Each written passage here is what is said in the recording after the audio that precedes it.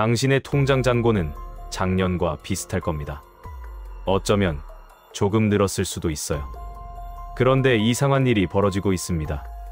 장 볼 때마다 카트는 가벼워지고, 외식 한번 하려면 2번 생각하게 되고, 월말이 되면 어김없이 바닥이 보입니다.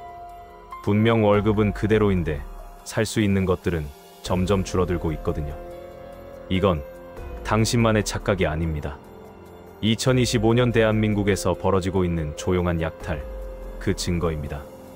오늘 이 시간 우리가 반드시 짚고 넘어가야 할 불편한 진실을 하나씩 풀어보겠습니다.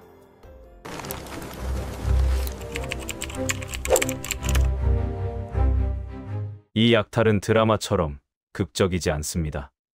은행 앞에 줄 서는 사람도 없고, 환율이 폭등했다는 속보도 없고, 대통령이 긴급 담화를 발표하지도 않았죠. 오히려 정부는 계속 안심하라고 말합니다. 외환 보유액은 4천억 달러가 넘고, 국가 신용등급도 안정적이고, 경제는 성장하고 있다고 발표합니다. 숫자로만 보면 모든 게 괜찮아 보입니다. 그런데 왜 당신 지갑은 점점 가벼워지는 걸까요? 왜 열심히 일하는데도 삶은 팍팍해지기만 할까요? 여기에 놀라운 비밀이 숨어 있습니다. 1997년 외환위기 때는 국가가 먼저 무너졌고, 그 여파로 국민들이 피해를 입었습니다. 정부가 IMF에 손을 벌렸고, 기업들이 줄줄이 도산했고, 사람들은 금반지를 모아 나라를 살렸죠. 그때는 순서가 명확했습니다. 나라가 망하니까 국민이 고통받는 구조였어요. 하지만 2025년의 위기는 완전히 다릅니다. 국가는 멀쩡한데 개인부터 무너지고 있거든요. 나라 경제는 성장한다는데 당신 가계부에는 적자만 쌓입니다. 국가 부채보다 더 빠르게 늘어나는 게 바로 가계 부채입니다. 지금 이 순간 대한민국 가계가 빚은 GDP와 맞먹는 수준까지 올라왔습니다. 전쟁이 난 것도 아니고 천재지변이 일어난 것도 아닌데 평범한 사람들의 빚이 이렇게 쌓인 적은 역사상 없었습니다. 그렇다면 도대체 무엇이 문제일까요? 답은 의외로 가까운 곳에 있습니다. 바로 우리가 매일 쓰는 돈 자체입니다. 당신이 받는 월급, 통장에 찍히는 그 숫자 말이에요. 숫자는 비슷하거나 조금 늘었는데 그 돈으로 살 수 있는 물건의 양은 확연히 줄어들었습니다. 우리는 이걸 그냥 물가가 올랐다고 생각하죠. 마치 계절이 바뀌듯 자연스러운 현상인 것처럼 받아들입니다. 하지만 잠깐만 생각해 보십시오. 기술이 발전하면 같은 물건을 더 싸게 더 빠르게 만들 수 있습니다. 공장은 자동화되고 물류는 효율화되고 생산성은 해마다 올라가죠. 그럼 논리적으로 물건값은 내려가야 정상 아닙니까? 실제로 전자제품을 보면 그렇습니다. 10년 전 최신형 스마트폰 가격이면 지금은 성능이 몇 배 좋은 제품을 살 수 있어요. 기술 발전의 혜택이 가격에 그대로 반영된 겁니다. 그런데 왜 쌀은, 달걀은, 고기는 거꾸로 비싸지는 걸까요? 농업 기술이 퇴보한 게 아닌데 말입니다. 여기서 핵심을 짚어야 합니다. 물건이 비싸진 게 아니라 돈의 가치가 떨어진 겁니다. 간단한 예를 들어볼게요. 어느 섬에 사과 10개와 현금 10만 원만 존재한다고 칩시다. 그럼 사과 한 개 가격은 10,000원이 되겠죠.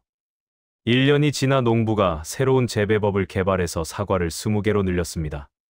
돈은 여전히 10만 원 그대로입니다. 이제 사과 한 개는 5,000원이 되어야 맞습니다. 생산량이 늘었으니 가격이 내려가는 게 정상이거든요. 그런데 여기서 정부가 끼어듭니다. 경기를 살린다며 돈을 30만 원 더 찍어냅니다. 섬의 총통화량이 40만 원이 된 거예요. 그럼 사과 값은 어떻게 될까요? 2만 원이 됩니다. 기술이 발전해서 5,000원에 살 수 있었던 사과를 이제는 2만 원 주고 사야 하는 겁니다. 농부는 더 열심히 일했는데 소비자는 더 비싼 값을 치르게 됐죠. 누가 이득을 봤을까요? 새로 찍힌 돈을 가장 먼저 손에 쥔 사람입니다.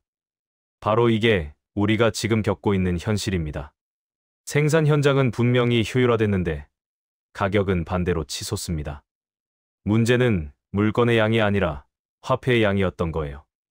중앙은행이 컴퓨터 자판을 두드려 숫자를 늘리는 순간 당신이 평생 모은 저축의 실질 가치는 조용히 증발합니다.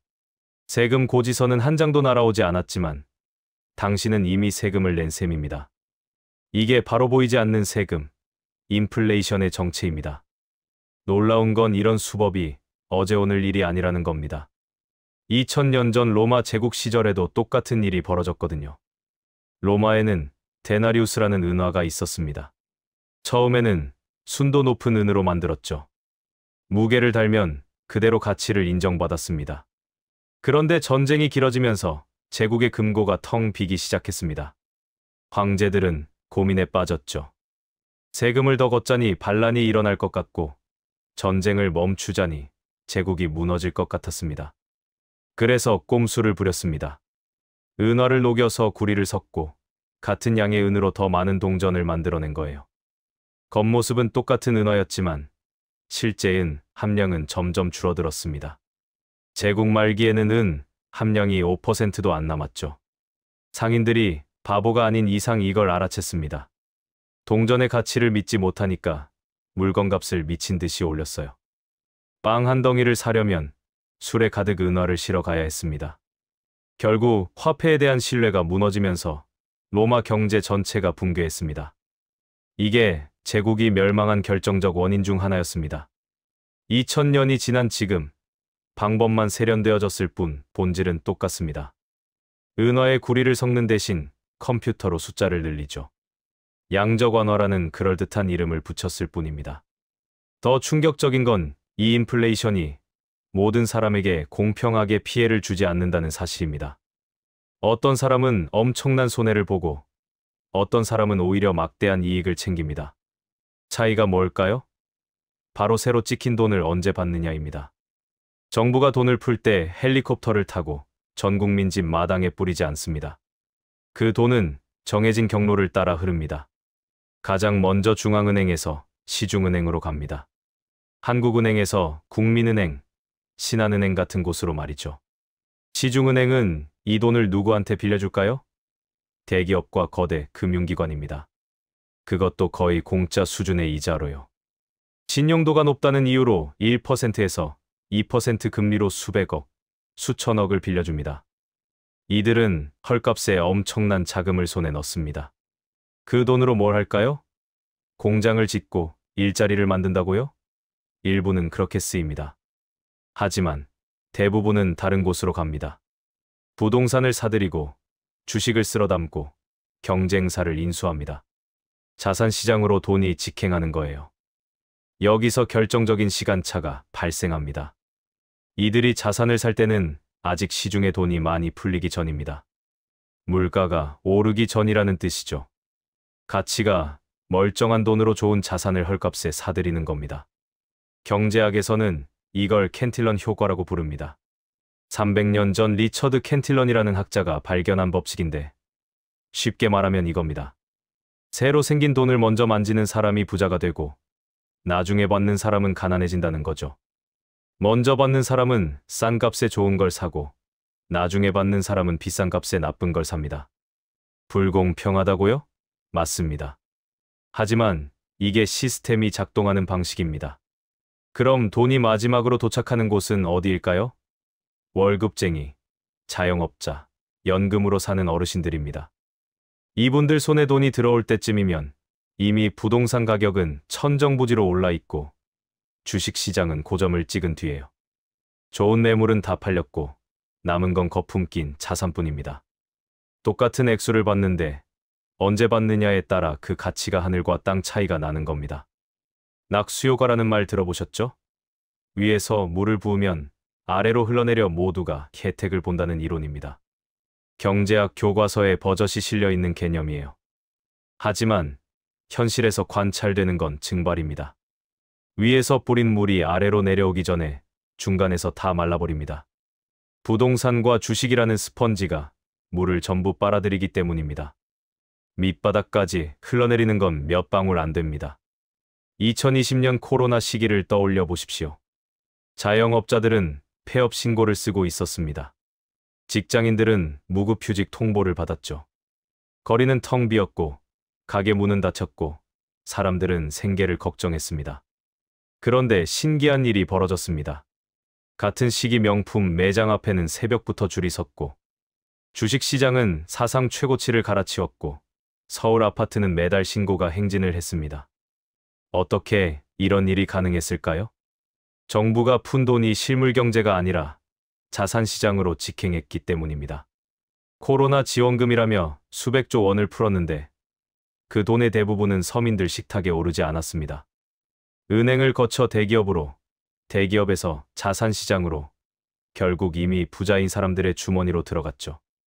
이건 우연이 아닙니다.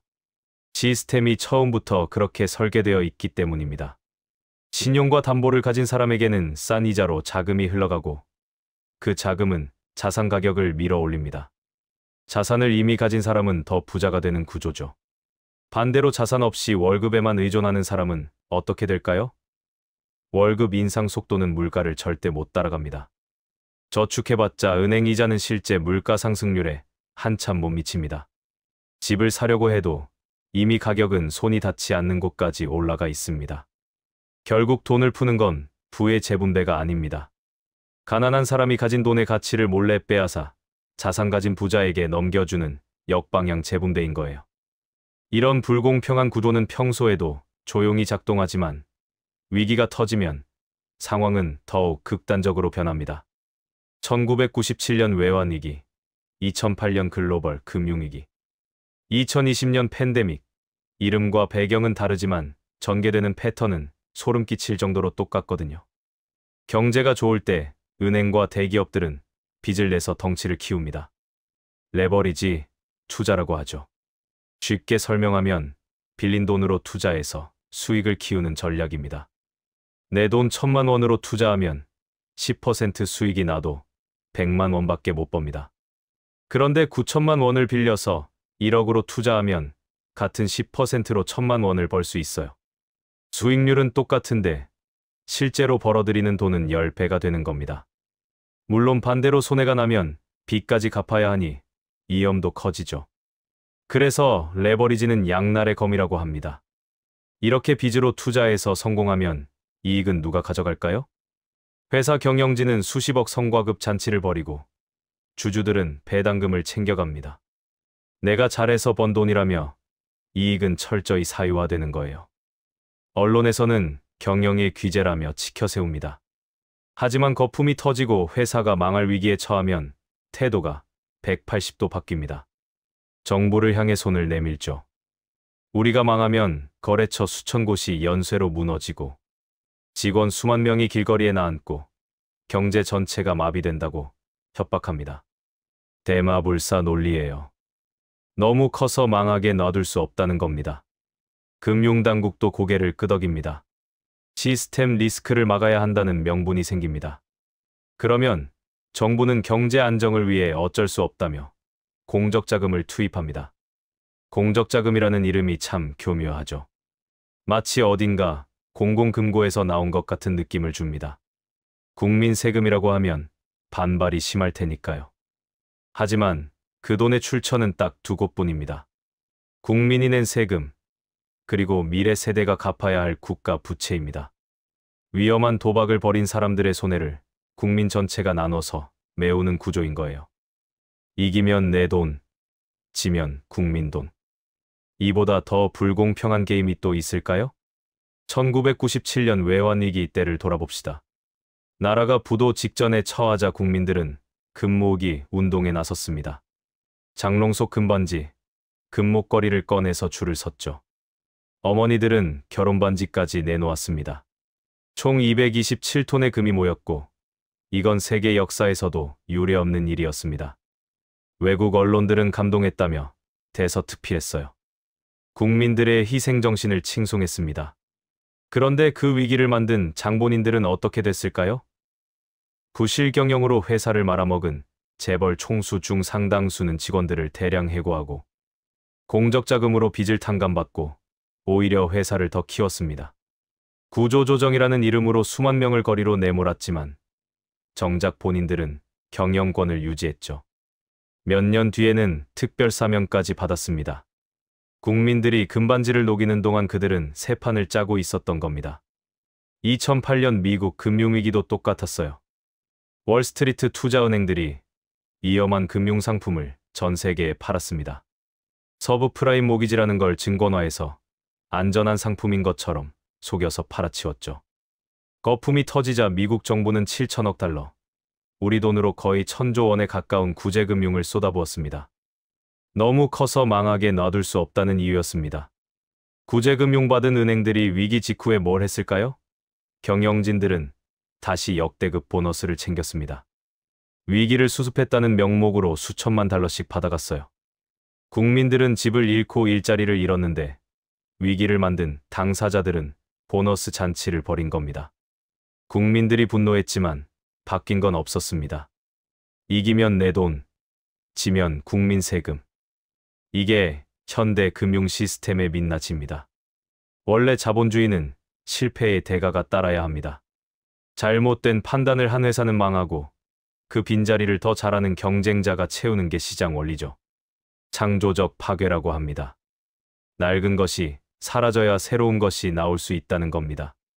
하지만 지금 시스템은 이 원리를 완전히 무력화시켰습니다. 큰 기업은 망하지 않습니다. 정부가 살려주니까요. 비유하자면 여러분은 카지노에서 도박하다 돈 잃은 사람의 빚을 대신 갚아주고 있는 셈입니다. 그것도 그 사람이 다시 도박할 수 있도록 미천까지 대주면서 말이에요. 구제금융만큼이나 국민을 조용히 옥죄는 또 다른 구조가 있습니다. 바로 연금 시스템입니다. 국가는 약속하죠. 젊을 때 돈을 내라. 나라에서 잘 굴려서 늙으면 돌려주겠다고요. 많은 분들이 이걸 저축이라고 생각합니다. 내 이름으로 된 계좌에 돈이 차곡차곡 쌓이고 있다고 믿죠. 마치 은행 적금처럼 내가 낸 돈이 어딘가에 안전하게 보관되어 있을 거라 생각합니다. 하지만 실제로는 완전히 다른 방식으로 돌아갑니다. 폰지 사기라는 말 들어보셨습니까? 100년쯤 전 찰스 폰지라는 사기꾼이 만든 수법입니다. 원리는 간단합니다. 나중에 들어온 사람 돈으로 먼저 들어온 사람에게 수익을 지급하는 돌려막기예요. 실제로 투자해서 돈을 버는 게 아니라 새 가입자 돈으로 기존 가입자한테 배당하는 구조입니다. 사람들이 계속 들어오면 유지되지만 새로 들어오는 사람이 줄어드는 순간 무너집니다. 피라미드가 무너지듯 한순간에 붕괴하는 거죠. 지금 공적연금 구조가 이것과 놀라울 정도로 비슷합니다. 여러분이 매달 월급에서 빠져나가는 연금보험료는 금고에 보관되지 않습니다. 즉시 지금 이 순간 연금을 받고 있는 은퇴자들에게 지급되죠. 여러분 노후를 위한 저축이 아니라 현재 은퇴 세대를 부양하기 위한 비용에 가깝습니다. 나중에 여러분이 늙으면 그때 젊은 사람들한테 걷어서 주겠다는 게 핵심 약속이에요. 이 방식이 작동하려면 조건이 하나 있습니다. 내는 사람이 받는 사람보다 훨씬 많아야 하죠. 인구 구조가 피라미드 모양일 때 젊은 사람은 많고 노인은 적을 때는 문제가 없습니다. 10명이 1명을 부양하는 구조니까 부담이 크지 않습니다. 하지만 지금 대한민국 인구 구조는 피라미드가 아닙니다. 오히려 역피라미드를 향해 빠르게 변하고 있어요. 2023년 기준 우리나라 합계 출산율은 0.72명입니다. 여성 1명이 평생 낳을 것으로 예상되는 아이 수가 1명도 안 된다는 뜻이에요. 전 세계에서 가장 낮은 수준입니다. OECD 평균이 1.5명 정도인데 우리는 그 절반밖에 안 됩니다. 이 추세가 계속되면 2040년대에는 일하는 사람이 급격히 줄고 노인 인구는 전체의 3분의 1을 넘어섭니다. 1명이 1명을 부양해야 하는 구조가 되는 거예요. 수학적으로 지금 연금 구조가 유지될 수가 없습니다. 정부도 이 사실을 알고 있습니다. 그래서 가끔씩 연금개혁이라는 이름으로 조정안을 내놓죠. 내용은 매번 비슷합니다. 보험료는 더 많이 내고 수령 시기는 더 늦게 하고 받는 금액은 더 적게 하겠다는 겁니다. 민간 보험회사가 고객한테 이렇게 말하면 당장 소송감입니다. 계약 위반이니까요. 하지만 국가는 법을 바꿔서 이걸 합법적으로 해버립니다. 결국 지금의 20대, 30대, 40대, 50대 세대는 이중으로 불이익을 당하는 겁니다. 지금 은퇴한 세대를 부양하느라 보험료를 꼬박꼬박 내면서 정작 자기가 받을 때가 되면 약속보다 적게 더 늦게 받을 가능성이 높죠. 심지어는 못 받을 수도 있습니다. 연금 고갈 시점이 자꾸 앞당겨지고 있거든요. 처음엔 2060년에 고갈된다고 했는데 계속 수정해서 이제는 2050년대로 당겨졌습니다. 연금이 불안해지면 노후 대비를 스스로 해야 합니다. 그런데 앞서 봤듯이 저축만으로는 인플레이션을 이기기 어렵고 자산을 사려니 이미 가격은 하늘 높이 올라 있습니다. 월급쟁이가 서울 아파트를 사려면 30년을 한 푼도 안 쓰고 모아야 합니다. 현실적으로 불가능하죠. 결국 평생 월세로 살거나 빚을 지고 집을 사는 수밖에 없습니다. 그렇게 빚을 지면 이자의 허덕이다 노후 준비는커녕 빚만 남습니다. 제2의 IMF가 국가 부도가 아니라 가계 파산 형태로 올 수 있다는 우려가 나오는 이유입니다. 나라는 멀쩡한데 국민이 줄줄이 쓰러지는 겁니다. 그런데 여기서 한 가지 의문이 듭니다. 인플레이션, 캔틸런 효과, 연금 구조, 이런 것들이 그렇게 명백한 문제라면 왜 대부분 사람들은 모르고 있을까요? 핵심 구조는 사실 그렇게 어렵지 않습니다. 누가 내고 누가 받는지, 손해가 어디로 넘어가는지만 따져보면 대충 그림이 보이거든요. 답은 간단합니다. 일부러 복잡하게 만들어 놨기 때문입니다. 금융 용어들을 한번 나열해 볼게요. 양적 완화, 기준금리, 지급준비율, 유동성 공급, 파생상품, 신용부도 수합, 부채담보부증권, 모기지담보부증권, 자산유동화 증권. 전문가들도 헷갈릴 정도로 복잡하게 만들어뒀습니다. 일반 사람이 이런 용어를 들으면 자연스럽게 이런 반응이 나오죠. 경제는 너무 어렵다. 나 같은 사람이 알 필요 없다. 전문가들이 알아서 하겠지. 바로 이게 의도된 효과입니다. 복잡함 자체가 방어막이 됩니다. 내용을 이해하지 못하면 문제를 제기할 수 없거든요. 어려운 용어의 벽 뒤에 숨으면 아무도 캐묻지 않습니다. 양적 완화라고 하면 무언가 고급스러운 정책 같지만 돈을 마구 찍어서 뿌린다고 하면 누구나 이상하다고 느낍니다. 같은 내용인데 말만 바꾸면 인식이 달라지는 거예요. 2008년 금융위기의 핵심 상품이었던 CDO를 예로 들어볼게요. 우리말로는 부채담보보증권인데 이름만 들어선 감이 안 오죠. 영어로는 Collateralized Debt Obligation입니다. 더 복잡하죠. 쉽게 풀어 설명하면 이렇습니다. 은행이 집 살 돈 부족한 사람들한테 대출을 해줬습니다. 서브프라임 모기지라고 신용도가 낮은 사람들한테 준 대출이에요. 이 사람들이 돈을 갚을 수 있을지 불확실하죠. 그런데 은행은 이 불확실한 대출들을 한데 모아서 잘게 쪼개 증권으로 만들었어요. 마치 김밥을 한 줄로 만들듯이 여러 대출을 섞어서 하나의 상품으로 포장한 겁니다. 여기에 복잡한 수학 공식을 적용해서 등급을 매겼습니다. AAA 등급, 최고 안전 등급을 받았어요. 국채만큼 안전하다고 선전했습니다. 전 세계 연기금, 은행, 보험회사들이 이걸 사들였습니다. 실제로는 갚을 능력 없는 사람들한테 빌려준 돈이 바탕이었는데 집값이 계속 오를 거라는 전제하에 안전하다고 속인 거예요. 집값이 멈추는 순간 연쇄 부도가 터졌습니다. 안전하다던 AAA 등급은 허울이었고 증권은 휴지 조각이 됐습니다. 하지만 이 상품을 만들고 판 사람들은 이미 수수료와 보너스를 챙긴 뒤였어요. 위기가 터졌을 때는 이미 돈을 다 빼놓은 상태였습니다. 복잡한 금융 용어 뒤에 숨어있는 본질은 대부분 단순합니다. 누군가 주머니에서 돈을 빼서 다른 누군가 주머니에 넣는 거죠. 문제는 복잡한 걸 다룰 수 있는 전문 지식과 자원을 가진 쪽이 항상 유리하다는 점입니다. 금융문맹이라는 말이 있습니다. 글을 모르면 문맹, 숫자를 다루지 못하면 수맹, 금융을 이해하지 못하면 금융문맹이에요. 그런데 금융문맹은 개인이 게을러서만은 아닙니다. 시스템이 일부러 진입장벽을 높여놨기 때문이기도 하죠. 학교에서 미적분과 삼각함수는 가르치지만 복리가 어떻게 작동하는지, 인플레이션이 내 돈에 어떤 영향을 미치는지는 안 가르칩니다. 정작 인생에서 필요한 금융 지식은 배울 곳이 없습니다. 왜 그럴까요? 국민이 금융을 이해하면 불리한 사람들이 있기 때문입니다. 물론 이 이야기가 음모론처럼 들릴 수 있습니다. 실제로는 각자의 이익을 위해 움직이는 개별 주체들의 행동이 모여서 이런 구조를 만들어낸 것에 가깝죠.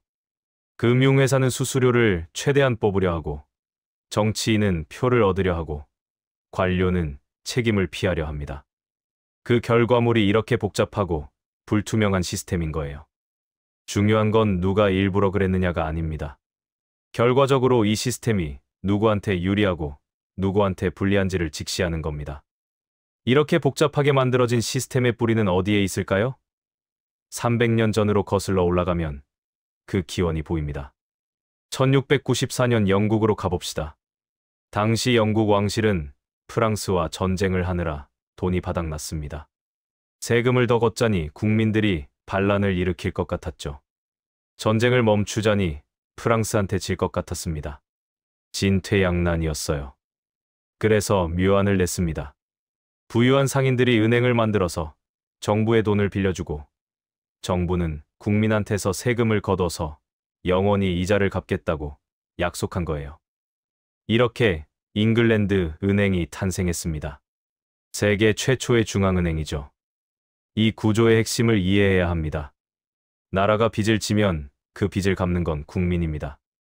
왕이 전쟁을 하든 궁전을 짓든 청구서는 세금 내는 사람들한테 날아오는 거예요. 300년이 넘은 지금도 이 구조는 그대로입니다. 오히려 더 정교해지고 더 커졌죠. 현대 국가들은 대부분 빚으로 운영됩니다. 세금으로 지출을 감당 못하면 국채를 발행해요. 국채란 나라가 돈을 빌리면서 써주는 차용증입니다.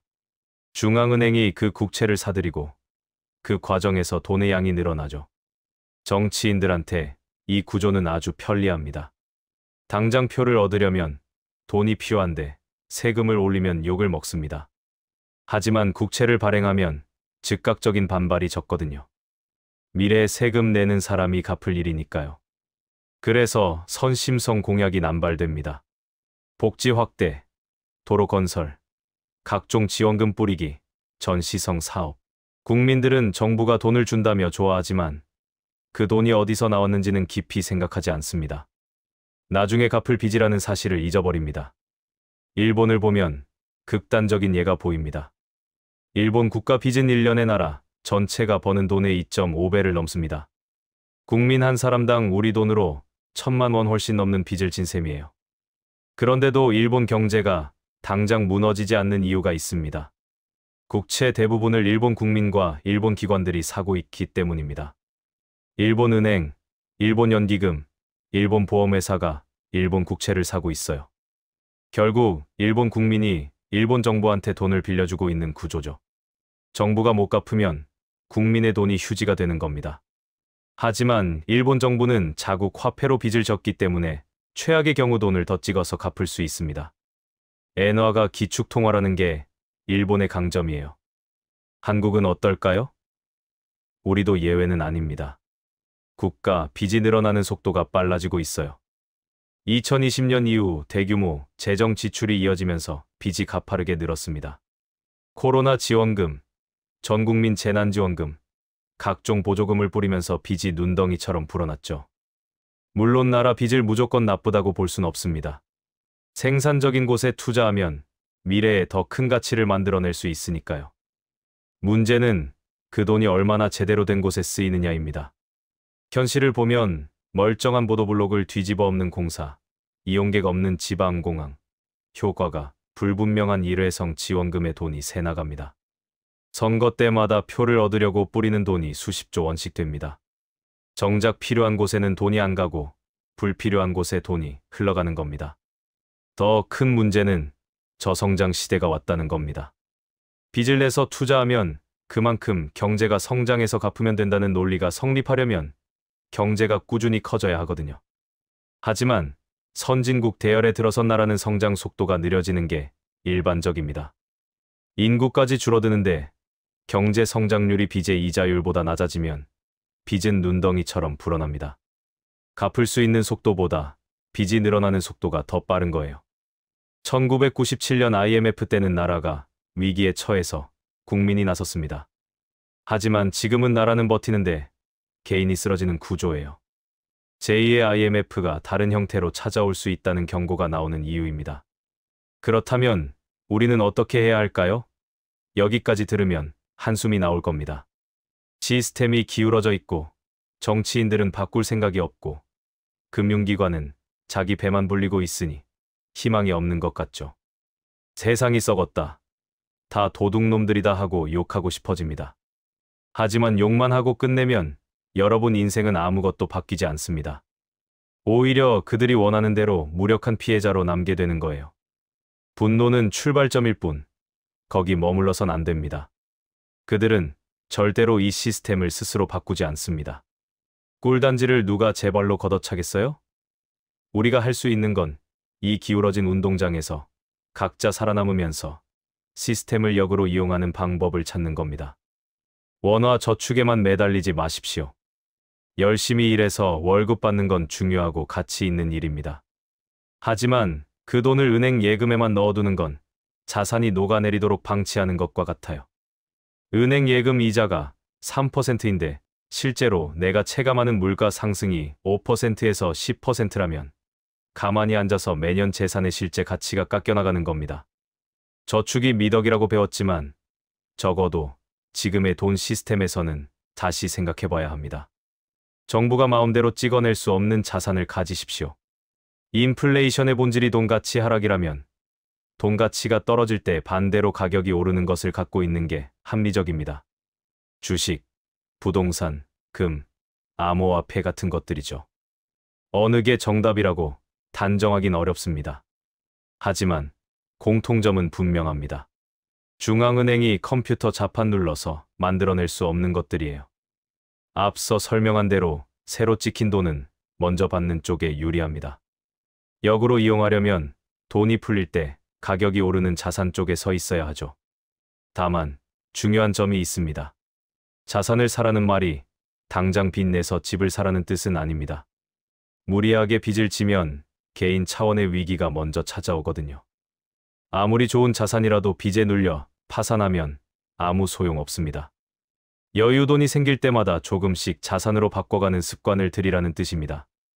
월급의 10%, 20%라도 꾸준히 자산으로 전환하는 겁니다. 월급을 자산으로 바꾸는 통로를 만들지 않으면 평생 물가에 쫓기며 제자리 걸음만 하게 됩니다.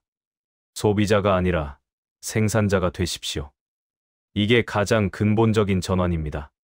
자본주의 사회에서 돈을 버는 공식은 단순합니다. 돈은 남의 문제를 해결해준 대가예요. 손흥민 선수가 엄청난 돈을 버는 이유는 공을 잘 차서만이 아닙니다. 전 세계 수천만 명한테 즐거움과 감동이라는 가치를 주기 때문이죠. 편의점 아르바이트가 상대적으로 적게 버는 이유는 그 일이 하찮아서가 아닙니다. 그 일을 대신할 수 있는 사람이 많기 때문이에요. 부자가 되고 싶다면 돈을 쫓지 말고 가치를 쫓으십시오. 사람들이 불편해하는 것, 힘들어하는 것, 원하는 것을 찾으세요. 직접 해결할 능력이 없다면 그 문제를 잘 해결하는 회사를 찾아서 투자라도 하십시오. 회사가 성장해서 돈을 벌 때 숟가락을 얻는 겁니다. 물론 쉽지 않습니다. 누구나 할 수 있다면 이미 다들 부자가 됐을 거예요.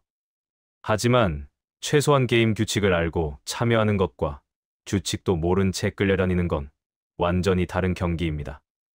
여기까지 화폐 시스템의 본질부터 인플레이션의 구조, 위기 때마다 반복되는 구제금융, 연금의 숨겨진 민낯, 복잡함이라는 위장까지 살펴봤습니다. 로마 시대 변질된 은화부터 현대의 양적 완화까지 방법은 세련되어졌지만 본질은 같았습니다. 많은 사람이 모르는 걸 이용해서 소수의 이익을 키우는 구조죠. 1997년 IMF 때는 국가가 위기에 처해서 국민이 금반지를 모았습니다. 하지만 2025년의 위기는 다릅니다. 국가 지표는 멀쩡한데 개인의 가계부가 먼저 무너지고 있어요. 가계부채는 나라 전체 소득과 맞먹고 연금은 불안하고 집값은 월급으로 감당이 안 됩니다. 제2의 IMF가 온다면 그건 국가 부도가 아니라 가계 파산의 형태일 수 있습니다. 불편한 이야기였을 겁니다. 화가 나기도 하고 막막하기도 할 거예요. 하지만 진실을 알아야 대비할 수 있습니다. 눈을 감고 있다고 파도가 사라지진 않습니다. 오히려 눈을 뜨고 파도를 봐야 그 위에 올라탈 수 있죠. 핵심을 한 문장으로 정리하면 이렇습니다. 지금의 금융 시스템은 월급에만 의존하는 사람의 돈을 조용히 자산 가진 사람한테 옮기도록 만들어져 있습니다. 이게 누군가의 음모가 아니라 구조라는 걸 아는 게 첫걸음입니다. 경고도 필요합니다. 이 구조를 안다고 하루아침에 부자가 되는 건 아닙니다. 자산에 투자하라는 말이 무리하게 빚내서 위험한 베팅을 하라는 뜻은 아니에요. 시스템을 역이용한답시고 감당 안 되는 빚을 지면 개인 차원의 위기가 먼저 찾아옵니다. 냉정하게 자기 상황을 점검하고 감당할 수 있는 범위 안에서 움직여야 합니다. 역사는 반복됩니다. 하지만 그 흐름을 잇는 사람한테 위기는 언제나 기회였습니다. 1997년 외환위기 때 겁에 질려 자산을 헐값에 던진 사람이 있고 그때 자산을 산 사람도 있었습니다. 2008년 금융위기 때도 2020년 코로나 때도 마찬가지였죠. 차이는 정보가 아니었습니다. 다들 같은 뉴스를 봤어요. 차이는 구조를 이해하고 있었느냐 아니냐였습니다. 질문을 던져봅니다. 다음 위기가 왔을 때 여러분은 겁에 질려 쓸려 나가는 쪽이 되겠습니까? 아니면 그 흐름을 읽고 역이용하는 쪽이 되겠습니까? 시스템의 피해자로 남겠습니까? 아니면 시스템을 이해하고 그 위에서 자기만의 성을 쌓겠습니까? 선택은 여러분 몫입니다.